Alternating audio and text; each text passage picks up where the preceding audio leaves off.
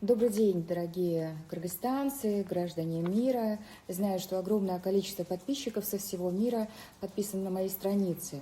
И сейчас мы подключаем одновременно практически все страницы. Это и Facebook, это и Instagram, и все страницы, на которых я особенно активна. Сегодня состоится прямой эфир с господином послом Российской Федерации в Кыргызстане Николаем Николаевичем Удовиченко. Мы ждем подключения. Накопилось очень много вопросов у подписчиков, которые написали на моей странице под оповещением о том, что предстоит прямой эфир. И сейчас, конечно, я озвучу все вопросы, которые вы задаете, которые вас на сегодняшний день особенно беспокоят, и будем считывать прямо в прямом эфире ваши вопросы. В прошлом году было много проектов, которые были совместно проведены с посольством Российской Федерации в Кыргызстане, непосредственно с господином послом. И очень радостно, что установились добрые, теплые взаимоотношения по сотрудничеству в культурном аспекте в этом направлении. Уверена, что очень много еще предстоит реализовать проектов.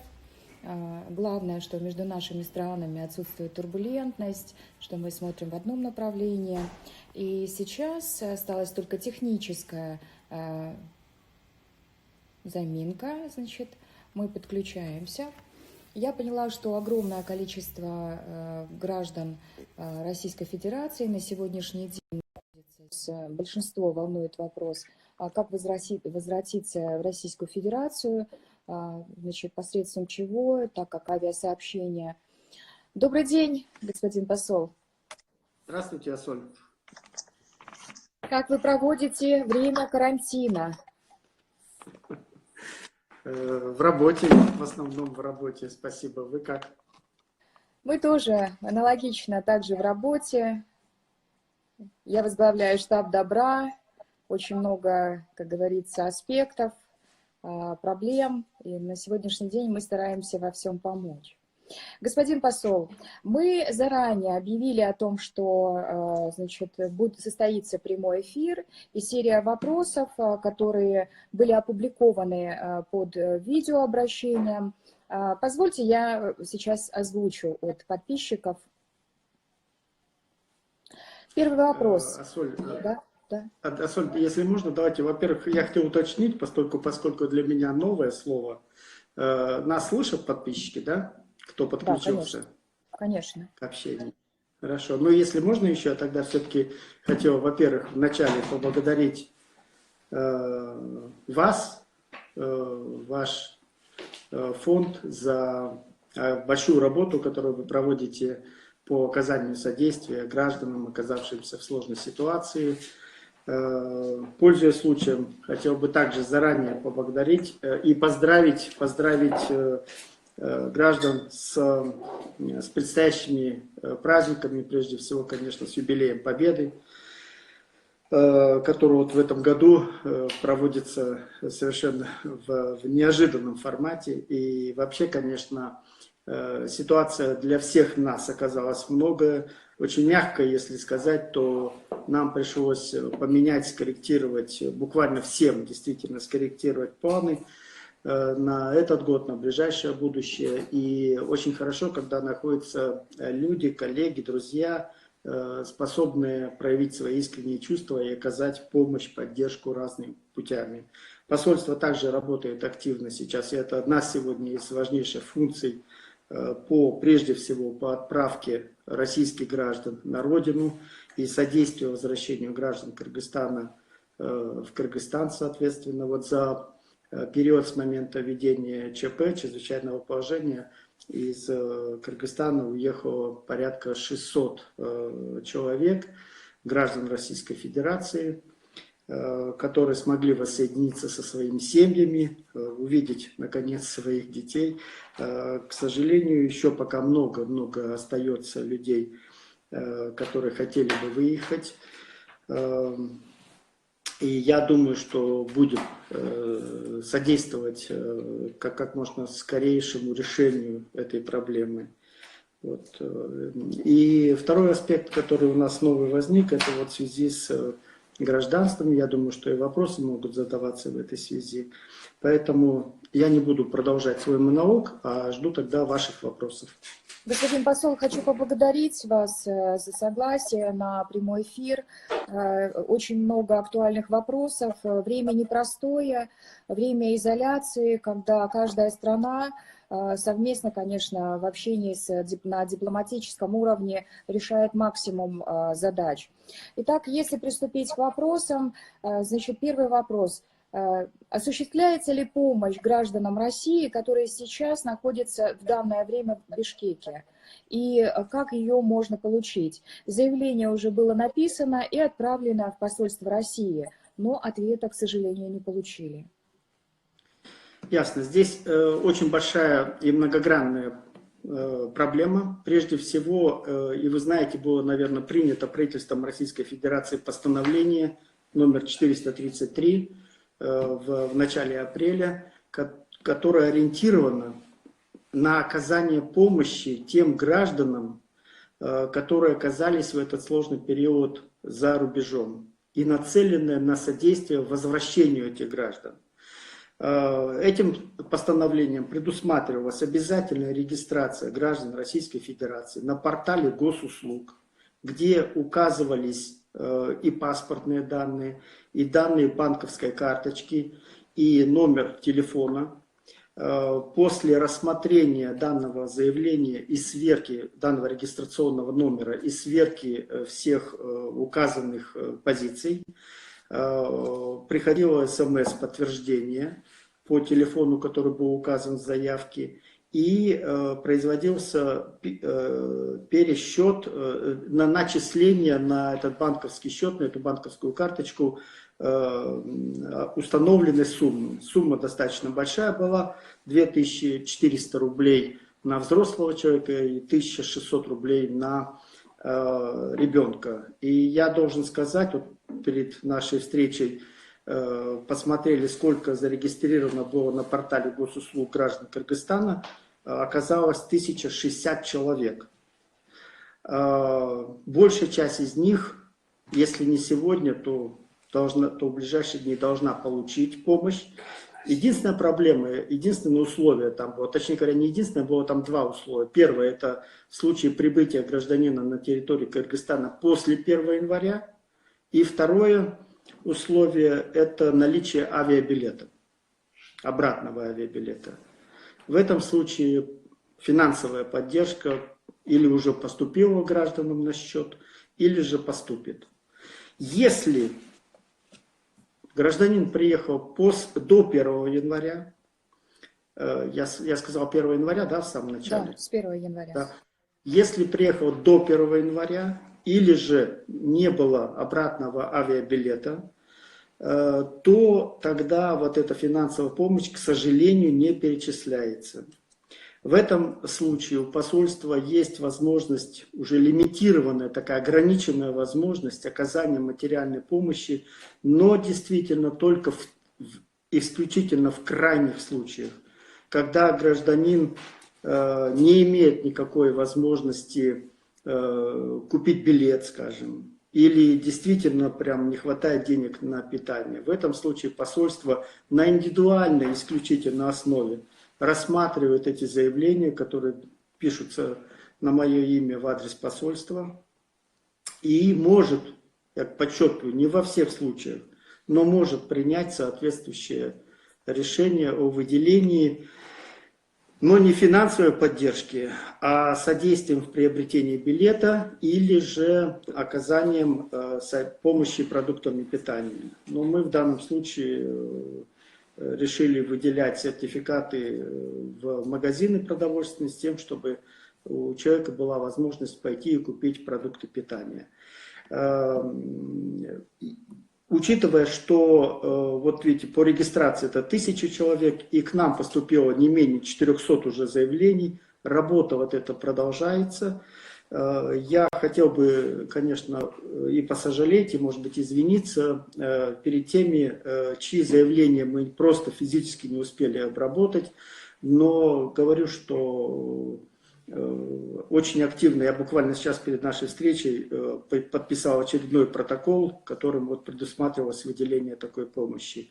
Поэтому ситуация будет меняться, естественно. У кого-то улучшится, может быть, положение, кто-то, наоборот, окажется в более сложной ситуации. Поэтому будем рассматривать индивидуально. Более того, у нас есть и возможность по размещению в гостинице. Но, опять же, тем гражданам, у которых вообще нет никакой возможности жить здесь, вот на территории Кыргызстана, в силу разных причин. Потому что все-таки надо прямо признавать, что у многих людей есть двойное гражданство, у многих людей в Кыргызстане проживают родственники, у которых они и останавливаются на период пребывания в стране. Так что вот такая непростая ситуация, но ищем выход и работаем над ее решением. Николай Николаевич, значит, вопрос такой, ситуация такая. Я гражданка России, уже 2 года живу в Российской Федерации с мужем. Он гражданин России, прилетела в отпуск 6 марта, должна была улететь 20-го, но меня не впустили ввиду отсутствия вида на жительство. А вид на жительство у меня был готов 10 марта, когда я уже была в Кыргызстане. У меня есть только об этом справка, подтверждающая. Я не видела свою семью уже 2 месяца. У меня там все, дом, работа. Вот как мне быть и как мне воссоединиться с семьей? Это пишет гражданка Кыргызстана. Да, она гражданка Кыргызстана, у нее есть вид на жительство, который выдали 10 числа. Она прилетела 6 марта и должна была улететь 10, но ее не впустили. Ее не пустили куда? Потому В что Россию, в Россию. согласно нашим всем действующим нормам, в Российскую Федерацию пускаются члены семей. Что-то у нас сейчас с интернетом. Господин посол, у нас вот сейчас пропал звук. Не пойму, в чем проблема. Мы не слышим. Почему-то звук пропал. Я предлагаю, может быть, перезагрузиться заново. Давайте вновь перезагрузимся, выйдем, сохраним эфир. Мы вновь в прямом эфире. На связи господин посол России в Кыргызстане Николай Николаевич Удовиченко. Мы только успели проговорить 2 важных вопроса и остановились на гражданке Кыргызстана, которая не может воссоединиться с семьей. Я понимаю, что очень много вопросов. Сейчас мы вновь осуществим соединение. Можно будет запрос дать.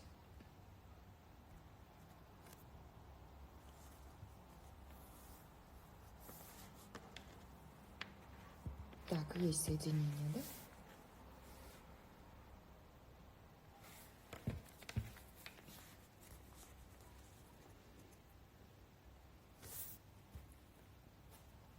Так, вот сейчас я зачитаю еще раз вопрос.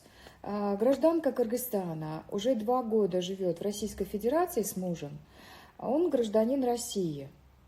Прилетела в отпуск 6 марта, должна была улететь 20-го, но ее, к сожалению, не впустили ввиду отсутствия вида на жительство. Вид на жительство у нее был готов 10 марта, но она в этот момент была в Кыргызстане. Не видит семью уже 2 месяца, ее не впустили. Справка наличия подтверждения вида на жительство есть. Как ей быть? С этим вопросом дайте, пожалуйста, запрос.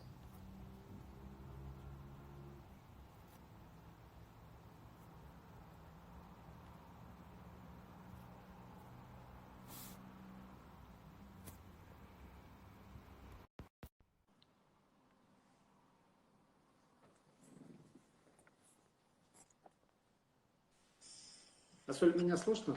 Да, отлично, слышно? Да, все. Ага. Значит, прервались на том, что если она член семьи российского гражданина, то при предъявлении копии свидетельства о браке ее не могли не пустить. По нашему положению, да. Российскому гражданину, гражданину Кыргызстана, сюда въехать нельзя. А вот в Россию в данном случае члену семьи гражданина России можно. Так, И не вот знаю, что следующий там вопрос. слышно было, что нет. Да, все слышно, все замечательно. И следующий вопрос. Я знаю, что у главы колл-центра комендатуры, у Атыры, значит, мама находится в Екатеринбурге. Она очень больна, ей необходимо лечение. Она гражданка Российской Федерации. И был чартер, и вот предстоит еще чартер из Екатеринбурга. Как ей попасть? Потому что Кыргызстан, естественно, сейчас тоже свои правила имеет, да? Вот что необходимо сделать для того, чтобы воссоединиться с дочерью, чтобы она могла помогать ей в лечении, контролировать, потому что человек пожилой. Я думаю, самое простое сейчас, самое правильное, точнее говоря, но не простое, направить письмо в посольство с описанием подробным ситуации. Мы на основании этого письма обратимся в Министерство иностранных дел Кыргызстана с тем, чтобы попробовать решить этот вопрос, исходя из гуманитарного характера обращения. Скажу прямо, этот вопрос непростой, но я надеюсь, что, может быть, мы сможем договориться. Благодарю вас, господин посол. На сайте госуслуг зарегистрировано, но без банковского счета и карты не имею. А как я могу получить материальную помощь? Прилетели 10 января, 3 месяца ухаживала за больной мамой, обратный билет есть на 23-28 марта. Все рейсы отменены были.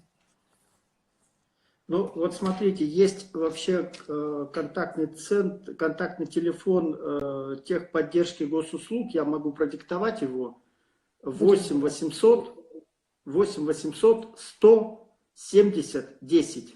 8 800 170 10. Если нет своей карты, можно, в принципе, обозначить карту супруга, если он летит вместе с членом, вместе с заявительницей. Но карта должна быть, потому что переводы производятся только вот на карту. Такая существенная поддержка. 2400 на взрослого человека это в день, да? То есть если Да, это это в день. семья, если это семья, порядка $100, да?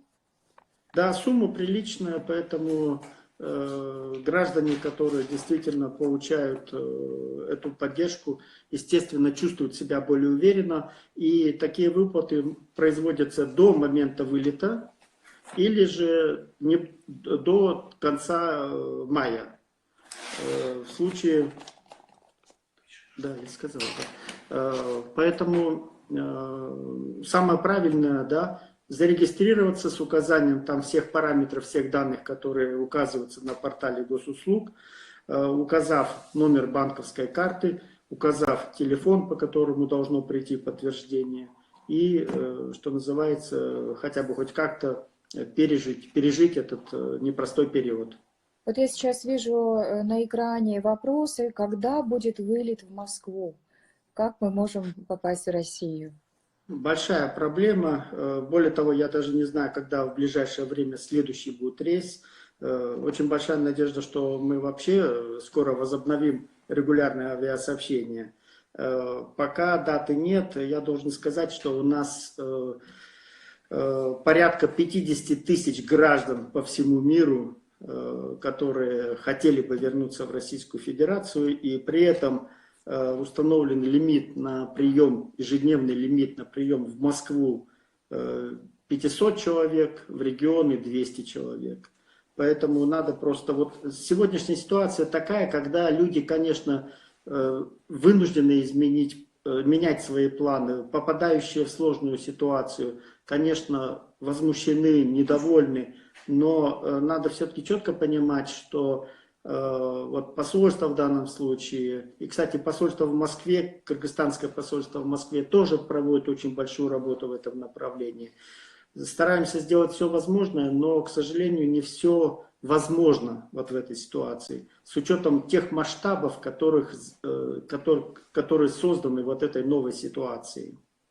Да, господин Да, посол, вы Соня. верно заметили широкомасштабную деятельность в это непростое время. Сегодня осуществляет наш посол.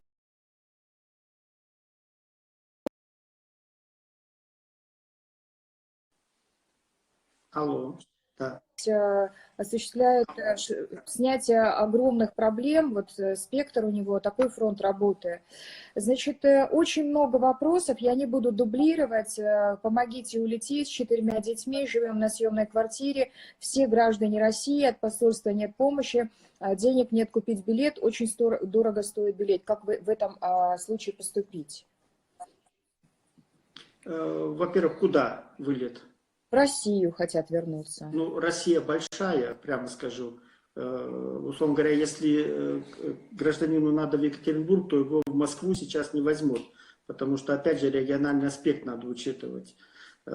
Если в Екатеринбург, то вылет сейчас был 28 числа, до этого 22 был вылет в Новосибирск. Понятно, что мы не могли анонсировать за 10 дней, скажем, этот вылет. И кто читает Инстаграм мой, тот может посмотреть, что даже накануне 27 числа я писал о том, что мы не получили подтверждения окончательного вылете. И это подтверждение пришло только в 3 ночи. Наши сотрудники начали обзвон по всем потенциальным пассажирам и, проведя всю ночь за работой, добились того, что немногим более 100 человек смогли улететь. Так что действительно приходится работать с таким перенапряжением сил, но это как бы полбеды. Проблема в том, что и люди, прямо скажу, начинают иногда так обижаться на ровном месте. Вот им все полностью не рассказали, не могли дать четкий ответ. А четкий ответ иногда мы действительно не можем дать в силу того, что сами не располагаем или можем получить точную информацию только в самый последний момент, к сожалению. Вот сейчас вижу на экране очень много вопросов относительно рейса в Новосибирск. Также написал непосредственно гражданин России, который находится в Аше, и он не может улететь в Южно-Сахалинск. И говорит, вот как можно будет поступить вообще, когда будет ли этот рейс. Уже было 3 рейса в Новосибирск, но, к сожалению, не могут улететь. Не получается. Ну, вот я должен Не сказать, поспевает. что у нас вот такая ситуация, скажем, в этот раз из Аша удалось привести группу граждан. Мы арендовали микробус, привезли заранее этих граждан в Бишкек, предоставили им гостиницу. Но была четкая проблема о том, что в Екатеринбург, допустим, могут лететь только граждане, которые проживают в самом Екатеринбурге, в Свердловской области и в прилегающих регионах и областях. Поэтому говорить людям, что, пожалуйста, вот там на Сахалин, на Камчатку, в Якутию можете приехать, а в результате их не посадят на борт, это было бы безответственно.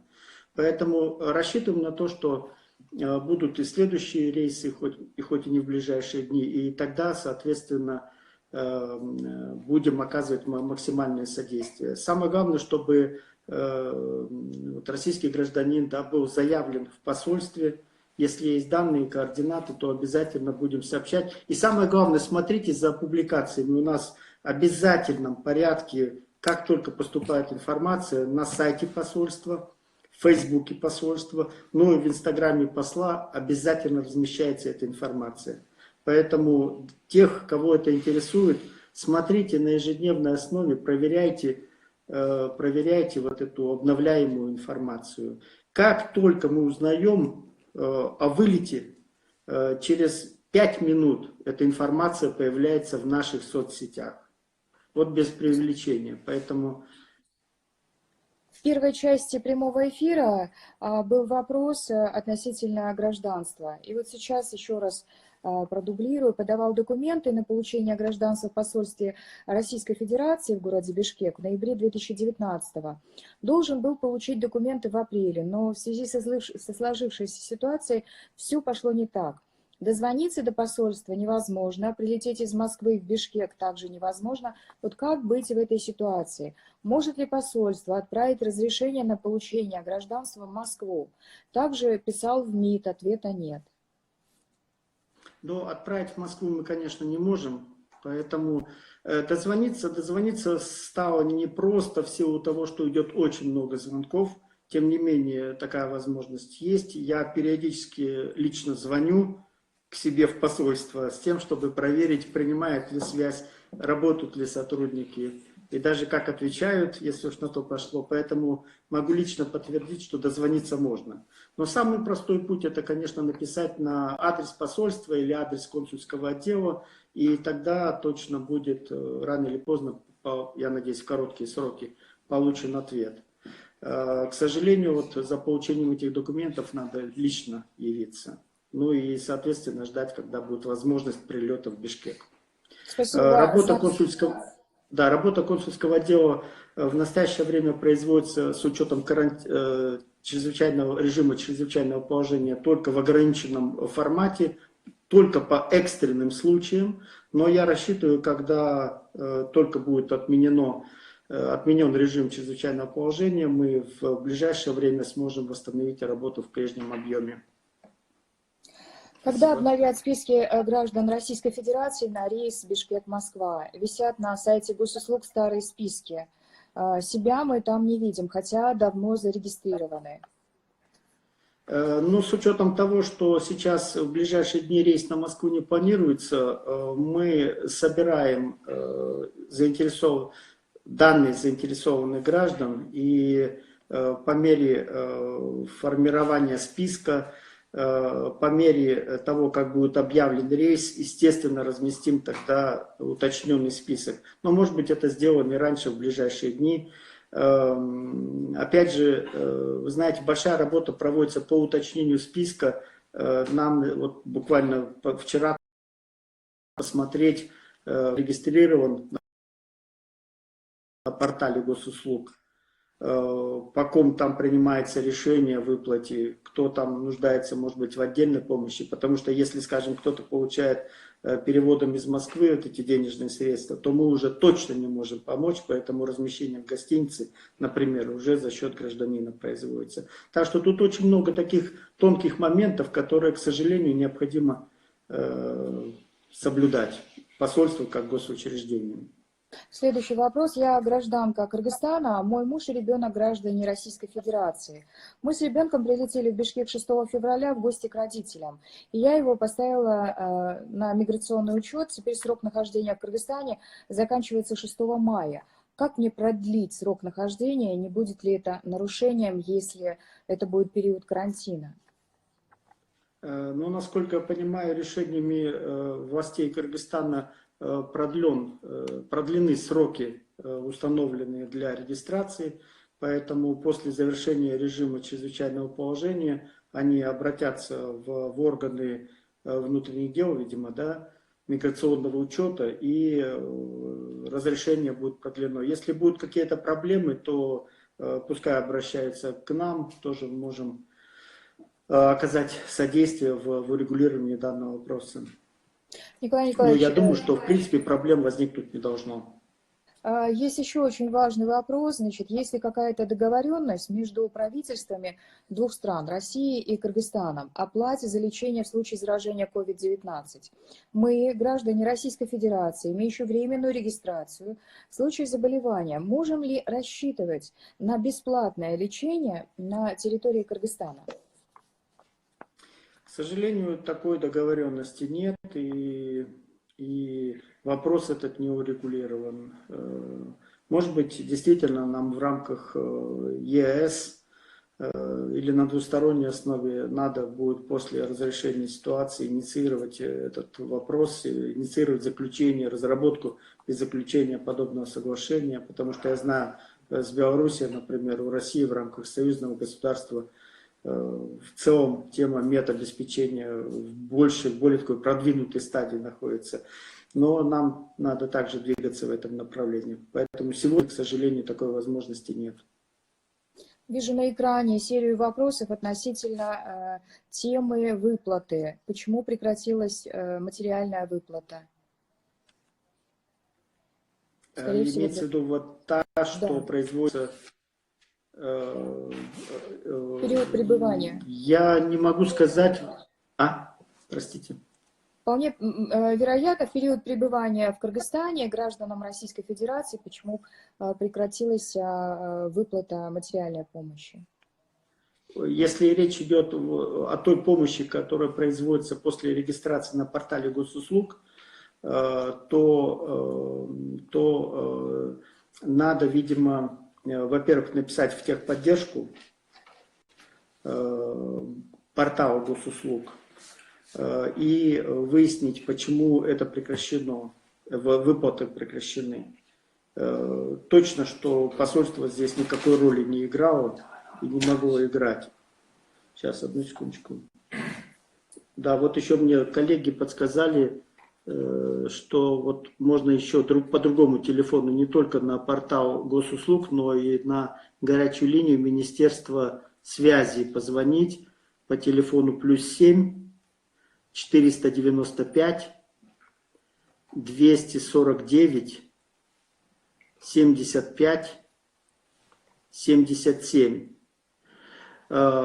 и уточнить этот вопрос. Возможно, вы знаете, я это как бы скажу прямо, если гражданин был зарегистрирован на рейс и не приехал, да, не прибыл в аэропорт, соответственно, не улетел в Екатеринбург там, или в Москву, то, возможно, автоматически был наложен стоп на продолжение выплат. Учитывая, что суммы выплачиваются не самые маленькие, то, возможно, у некоторых граждан возникло желание продолжать их получать, находясь на территории Кыргызстана до конца мая. Поэтому такие мелкие хитрости, они ведь иногда срабатывают, а иногда не срабатывают. И в данном случае, может быть, если такой случай вдруг, то вот, что называется, хотел выиграть, а на самом деле проиграл. Но если другая причина, тогда, конечно, надо позвонить по телефону в Минкомсвязи или же на портал, по горячей линии портала госуслуг и уточнить эти вопросы. Следующий вопрос. Как получить гражданство Российской Федерации в Кыргызстане? Как получить? Ну, очень много аспектов получения российского гражданства в Кыргызстане. С одной стороны, законом, который сейчас был буквально вот в апреле подписан президентом и вступает в силу через 90 дней после опубликования, опубликован он был на днях, я его продиктовал. А для звонков, вот еще можно, извините, я продиктую еще Конечно, дополнительный номер портала госуслуг, +7 495 727 47 47. Это телефон для звонков из-за границы. +7 495 727 47 47. Специальный телефон для звонков из-за границы. Вот.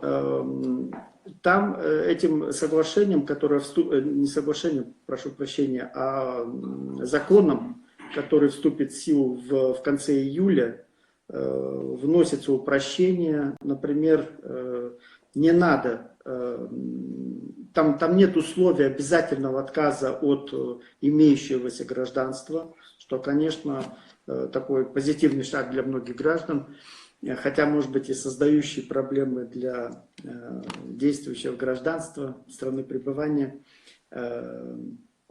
Но вводится дополнительное ограничение на предоставление гражданства за рубежом. Гражданин, который состоит в браке, скажем, с гражданкой Российской Федерации, или наоборот, гражданка Российской Федерации, которая состоит в браке с гражданином Российской Федерации, и тем более, если у них есть ребенок в общем браке, им не надо ожидать, там, как раньше было, 3 года. Они могут подавать сразу в упрощенном порядке на получение гражданства, но на территории Российской Федерации, подчеркиваю. То есть здесь, за рубежом, в посольстве России в Кыргызстане уже пройти эту процедуру не получится. Тем более, что там предусматривается обязательное проживание на территории Российской Федерации. Так что мы в ближайшие дни разместим подробную информацию по этим вопросам, по вопросам гражданства с описанием отдельных аспектов. Поэтому смотрите тогда на наших порталах, в социальных сетях вот эту информацию, тех, кого это интересует, соответственно. Есть еще вопросы. Вполне вероятно, очень многие граждане Российской Федерации хотят попасть в Россию и спрашивают, а как можно уехать посредством автомашины? Есть ли такая возможность? То есть могут ли они самостоятельно отправиться? К сожалению, отправиться? да, пока нет. Пока нет. И вы знаете, негативный пример на границе России с Казахстаном, там скопилось некоторое количество граждан Кыргызстана, которые также на машинах не могут проехать через Казахстан на территорию Кыргызстана. Так же, как и граждане Российской Федерации сейчас пока не имеют возможности проехать на машине через территорию Казахстана. Так что ждем, когда урегулируется этот вопрос. Самое правильное, вообще, я уж честно скажу, в этой ситуации, если нет экстренной гуманитарной необходимости, то лучше, конечно, не злоупотреблять желанием выехать, допустим, в Россию или вернуться в Кыргызстан. Во-первых, само пребывание в самолете уже является определенным риском с точки зрения возможности заражения в аэропорту, потому что не секрет, что уже на борт попадали граждане, которые являлись вирусоносителями. И, конечно, угроза заражения, она объективно выше, конечно. Но и плюс тяжелые достаточно условия организации, перелета. Поэтому, если есть такая возможность, лучше, конечно, в непростой период оставаться на месте, в стране, где обустроен более-менее быт, и не суетиться, не беспокоиться. Все будет хорошо. Надеемся, надеемся. Господин посол, мы просто обязаны озвучить все вопросы. Значит, здравствуйте. Находясь в Кыргызстане, могу ли я оформить пособие на ребенка? Пособие на ребенка, видимо, гражданин России спрашивает, да? Да. Сейчас, одну секундочку, я уточню, можно, да, оформить? Вот мой коллега из консульского отдела подсказывает, что можно оформить это пособие. Надо, соответственно, лучше всего написать, выразив конкретную просьбу, указав, что гражданин Российской Федерации, фамилию, и указать контактный телефон для связи. Сотрудник консульского отдела свяжется по этому телефону и расскажет просто о тех документах, которые необходимы, и о сроках, условиях получения этого пособия. Могут ли граждане Российской Федерации улететь в Россию, если нет прописки и регистрации в Российской Федерации? Если доказано, что это гражданин Российской Федерации, то в принципе можно. Хотя, конечно, надо знать, естественно, куда направляется гражданин, родственники, что он там будет делать в Российской Федерации. Очень сложная дилемма. Видимо, у этого гражданина Российской Федерации нет здесь места проживания, что ему надо вот сейчас в никуда выехать, в степь фактически. Нам надо при оформлении документов на выезд понимать, куда едет гражданин, какие у него возможности по размещению, понимаете. Вот. Но техническая возможность такая, безусловно, есть. Ну, при наличии, естественно, авиарейса. Если намечен чартер, и как проехать в аэропорт, если установлены повсюду блокпосты? Вопрос правильный.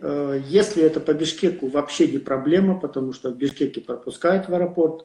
Если это отдаленные регионы, будем решать в рабочем, в частном порядке, потому что вот на рейс в Екатеринбург у нас была организована доставка из Аша, Джалабад, Ош и из Исыкуля, из Чолпанаты конкретно. Поэтому вот из вот из этих 2 или 3 мест мы как бы обеспечили доставку прибытия в аэропорт Манас в Бишкек.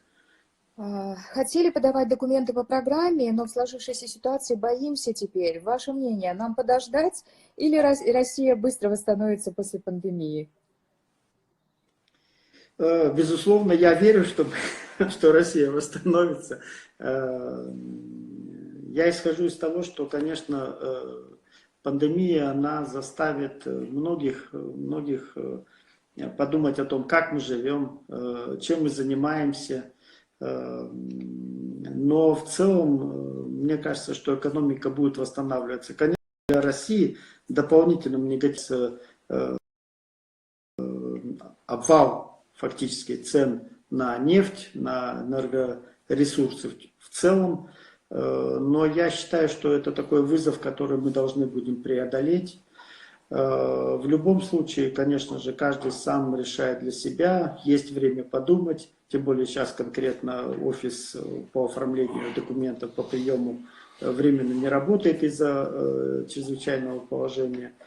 Но тут уже, понимаете, можно советовать сколько угодно, вопрос в том, что человек сам должен определяться, где, куда его тянет, понимаете, душа.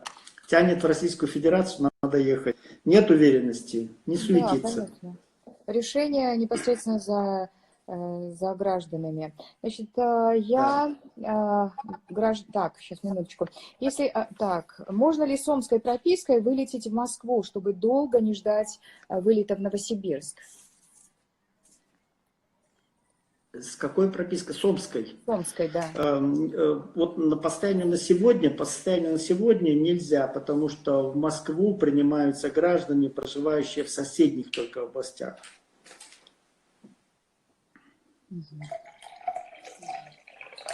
Просят обратить внимание на работу консульства в городе Ош. Да, спасибо отдельно скажем генеральному консулу. Там действительно, скажу прямо в адрес генконсульства, высказываются замечания по работе. Поработаем дополнительно. В этом плане консульский отдел в Бишкеке более выстроен, безусловно, и по времени работы, и по условиям приема посетителей, и по отношению, скажем, к посетителям, гражданам. Поэтому спасибо, как замечание воспринимаем, поработаем обязательно. Господин посол, ну а я бы наоборот хотела отметить, в прошлом году мы проводили совместно с Министерством культуры Российской Федерации неделю российского кино, и генконсул, консульство Российской Федерации в Оше активно принимали участие, помогали, поддерживали. Не было ни дня, чтобы они не беспокоились о проведении, о масштабе, о качестве проведения. То есть вот от начала до конца, с утра до позднего вечера. Так что искренне признательна и благодарю, и могу заметить, что они молодцы. Может быть, в каких-то аспектах, может быть, эти замечания на самом деле имеют под собой почву, но я, в свою очередь, просто не могу промолчать и подчеркну, что работа просто была настолько профессиональная, что комар носа не подточит. Спасибо, Соль, за эти слова. Дело в том, что, конечно, у любого дипломатического учреждения настолько большой и многогранный объем работы, и по каждому из этих направлений судят о деятельности учреждения. Сегодня работа с гражданами Российской Федерации, попавшими в вот такую ситуацию, она вышла, безусловно, на передний план. Мы, видите, вынуждены в этом году праздновать юбилей Победы в необычном таком формате онлайн, да, «Бессмертный полк» пройдет, как уже принято решение в этом формате. Мы вынуждены были с прекрасным открытием в феврале, 27 февраля перекрестного года в Москве, в Кремлевском дворце, вынуждены были согласовать фактически перенос основной части мероприятий, следующих вот, культурных, экономических, гуманитарного характера, согласовать на тот период, когда... Что-то опять со звуком, да? Не слышно? Господин посол, звук опять пропал. Нужно будет, наверное, опять перезагрузиться, да? Не слышим звука. Дорогие подписчики, кыргызстанцы, граждане мира, граждане Российской Федерации, у нас прямой эфир. Это третья часть прямого эфира с господином послом Российской Федерации. Я озвучила порядка 30 вопросов, но наш эфир продолжается. У нас какая-то техническая заминка произошла. Мы сейчас попытаемся еще раз выйти в эфир. Будьте добры, соединение, пожалуйста. Нет, здесь соединение. Благодарю.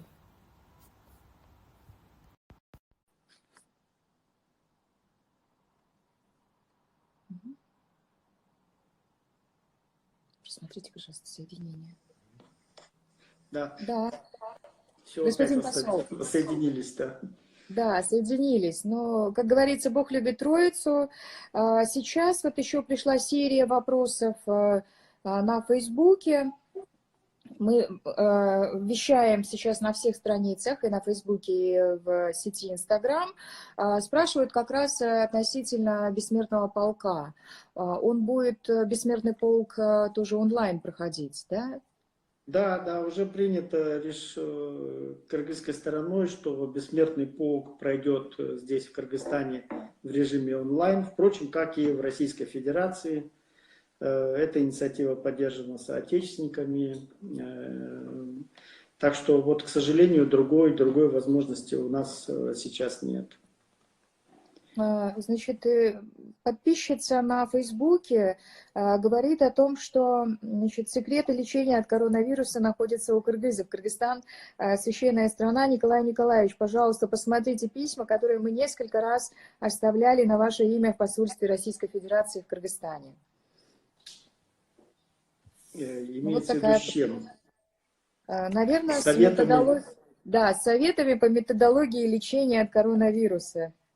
Но я сразу скажу, поскольку я сам не медик, а в данном случае занимаю другую позицию, политическую, то могу сказать, что любые предложения, любые просьбы я передаю по назначению профильным специалистам, которые только и могут делать свои выводы и заключения. Это просто связано со статусом дипучреждения, прямо скажу, поэтому решения, которые кажутся иногда очевидными для граждан, они не могут быть приняты, потому что имеют много разных аспектов. Понимаете, люди, например, думают, давайте вот мы организуем железнодорожный поезд, который привезет всех граждан, условно говоря, Кыргызстана, сюда, в Кыргызстан, из России, и решим тем самым проблему. К сожалению, так не работает, потому что я уже говорил, что вот в России, в Москве 500 человек ежедневно, в регионах по 200 человек. Здесь Кыргызстан тоже не может справиться с огромным наплывом граждан, одномоментным. Поэтому самое правильное – пытаться найти себя в этой новой ситуации на месте по возможности, с тем, чтобы переждать этот сложный период, когда действуют ограничения на перемещение, на передвижение, когда временные ограничения на работу возникли. Конечно, люди оказались в сложном положении, но не факт, что надо все бросать, метаться и пытаться искать, вот, может быть, лучше жизни вот, на новом месте. Обычно я за гражданскую мобильность и считаю, что нечего держаться одного места.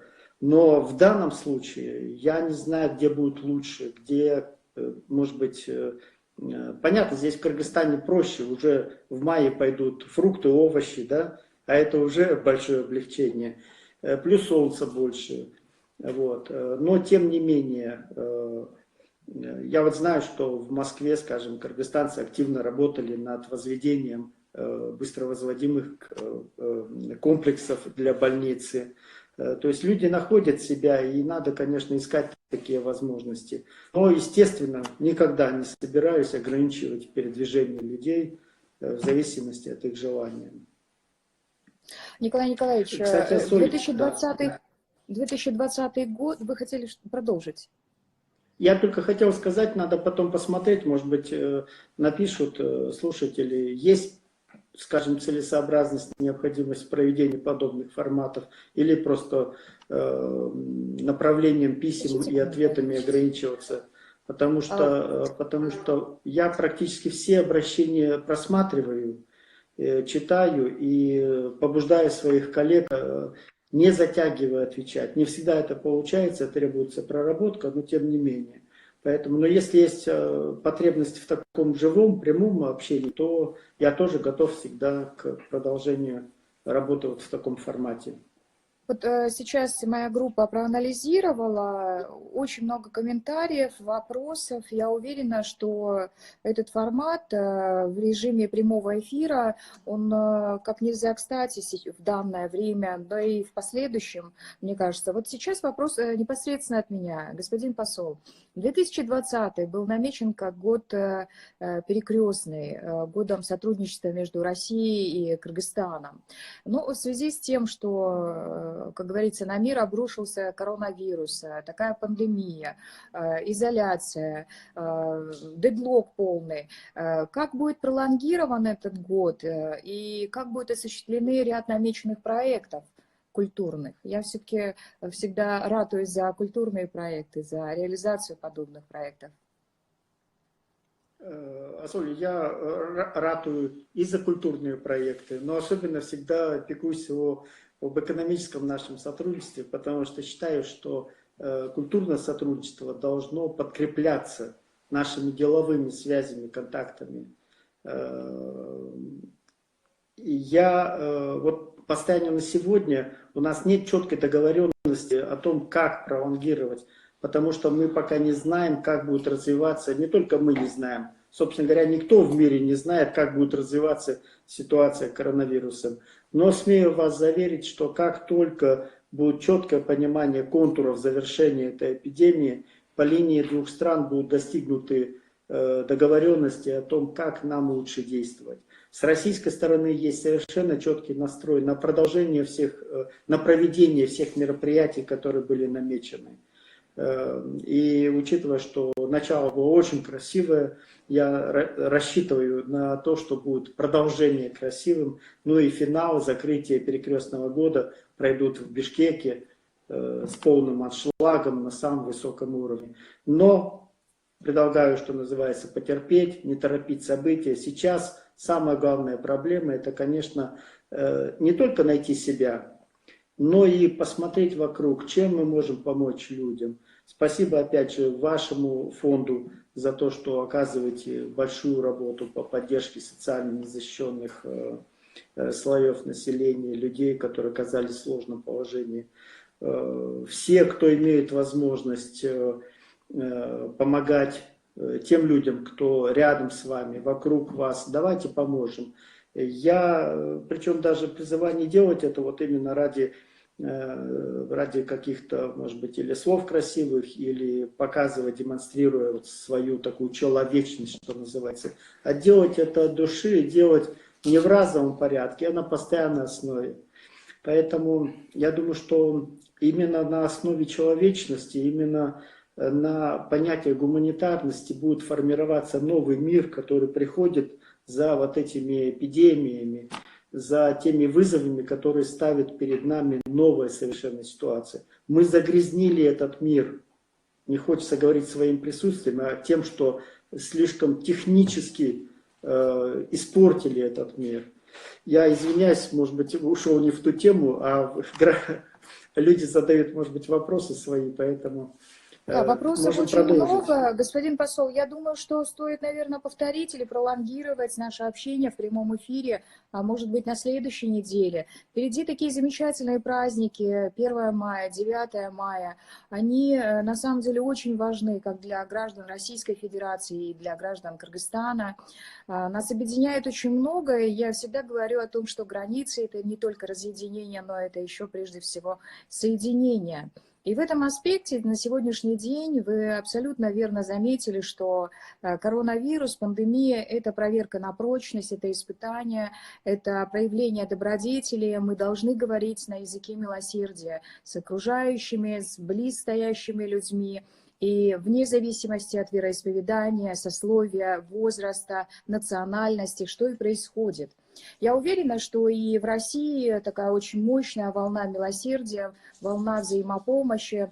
Замечательно, что у нас есть очень много проектов между Россией и Кыргызстаном, что отсутствует абсолютно турбулентность, что мы смотрим всегда в одну сторону. Спасибо вам, уважаемый Николай Николаевич, за то, что вы всегда идете навстречу, открыты к диалогу, воспринимаете все вопросы, тут же находите ответы на сложные вопросы. Уверена, вот вопросы просто как из рога изобилия сейчас, Николай Николаевич. Но наш час общения уже завершается. Я предлагаю, может быть, есть смысл в преддверии 9 мая выйти в эфир или поздравить всех ветеранов совместно 9 мая. Ветеранов становится, к сожалению, к большому несчастью, все меньше и меньше, но мы должны помнить об их подвиге. Сегодня мы разговаривали с заслуженной артисткой Российской Федерации, с Натальей Аринбасаровой, которая всегда с пиететом относится к Кыргызстану. Она говорит, что, конечно, произведение Айтматова и сам Чингиз Айтматов дал ей очень мощное подспорье, путевку в жизнь. И, конечно, мы признательны, что Российская Федерация, в свою очередь, и в прошлом, и ныне осуществляет большие творческие проекты, благодаря которым народ может чувствовать себя намного добрее, светлее, чище. Ведь и эта ситуация с пандемией, на самом деле, очень многое поменяется, уверенно, после этой пандемии. Мы задумаемся, и как вы говорите, что, возможно, будет риторика, что мы задумаемся, для чего мы живем, куда мы идем, и что мы можем привнести нового. И как мы живем. И как Да, мы живем. хорошо. Да, это очень важно. Уважаемый Николай Николаевич, вопросов много, еще раз повторюсь, но невозможно за один час, как говорится, освоить и услышать все ответы. Как вы смотрите, если мы с вами повторим прямой эфир и уже, правда, на праздничную тему, и поговорим с вами на тему войны, на тему ветеранов? Да, давайте, Соль, попробуем, согласуем тогда в рабочем порядке. И я хочу, опять же, попросить вот людей, которые писали свои вопросы, если где-то можно будет прочитать, мы попробуем ответить. Тут вот на меня иногда обижаются, что мы отключили комментарии в Инстаграме, но это сделано по одной простой причине, что просто ни я, ни коллеги, которые мне помогают, не способны следить за всей дискуссией, реагировать на любую реплику, понимаете? Поэтому мы отвечаем только на те вопросы, которые направлены в наш адрес конкретно.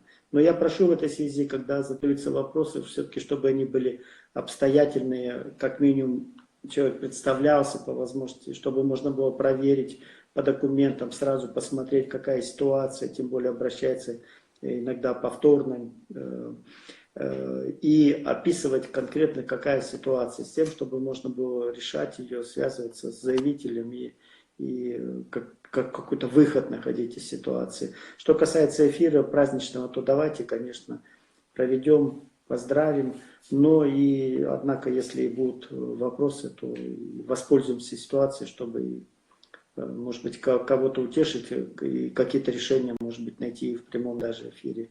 Спасибо вам большое за инициативу, за ту работу, которую вы проводите. И я рад в таком необычном, честно скажу, для меня формате, для человека, который в Инстаграме узнал не более чем полгода назад, вот проводить такой прямой эфир с вами вместе. Спасибо большое. Спасибо, спасибо большое. Здоровья вам.